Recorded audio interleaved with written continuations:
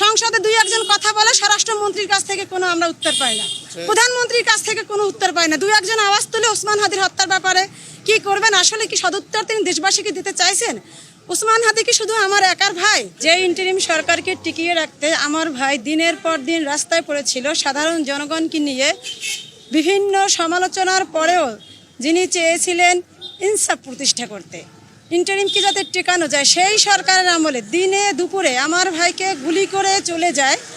কিন্তু তখন প্রশাসনিক ব্যবস্থা কি হলো? গোয়েন্দা সংস্থাগুলো কি করে? আমার ভ্যাটের টাকায়, আমার ট্যাক্সের টাকায়, আমার ভ্যানওয়ালার, আমার সবজিওয়ালার টাকায় তাদেরকে আমরা পালি। কিন্তু একজন বিপ্লবীকে গুলি করে কিভাবে পালিয়ে গেল ভারতে? এবং আপনারা যখনই আমরা আন্দোলন সংগ্রাম করেছে সাধারণ মানুষ বিচারের দাবিতে, তখন তাদেরকে ট্যাগ দেওয়া হয়েছে যে নির্বাচন বানচাল করতে চায়। আমরা নির্বাচন বানচাল হতে দেইনি। আমরা নির্বাচন উঠিয়েছি, নির্বাচন হয়ে গেল 12 তারিখ। আজ অবধি আমার ভাইয়ের হত্যার ব্যাপারে সরকার কি ব্যবস্থা নিয়েছে?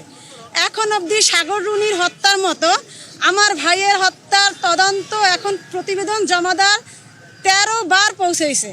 আর কতবার পৌঁছবে? আর আমরা আমাদের দেয়ালে পিঠ ঠেকে গেছে। ওসমান হাদি হত্যার বিচার যদি না হয় বাংলাদেশ হেরে যাবে। আমরা বাংলাদেশকে হেরে যেতে দিব না। ওসমান হাদির বাংলাদেশ মাথা উঁচু করে বাঁচবে বিশ্বের দরবারে। ওসমান হাদি জেনজিদেরকে শিখিয়ে গিয়েছে কিভাবে মাথা উঁচু করে মেরুদণ্ড সোজা করে কথা বলতে হয়। এখন আমাদের বিভিন্ন রাজনৈতিক দলগুলো আমরা বলি রাষ্ট্রের কাছে চাই। রাষ্ট্র আসলে কারা চালায়? রাষ্ট্রের কি হাত পা আছে? রাষ্ট্রের কি রুহু আছে? রাষ্ট্রকে নিয়ন্ত্রণ করে কারা? কারা ইচ্ছা করে? কারা তদন্তকে বারবার পিছনে ফেলছে?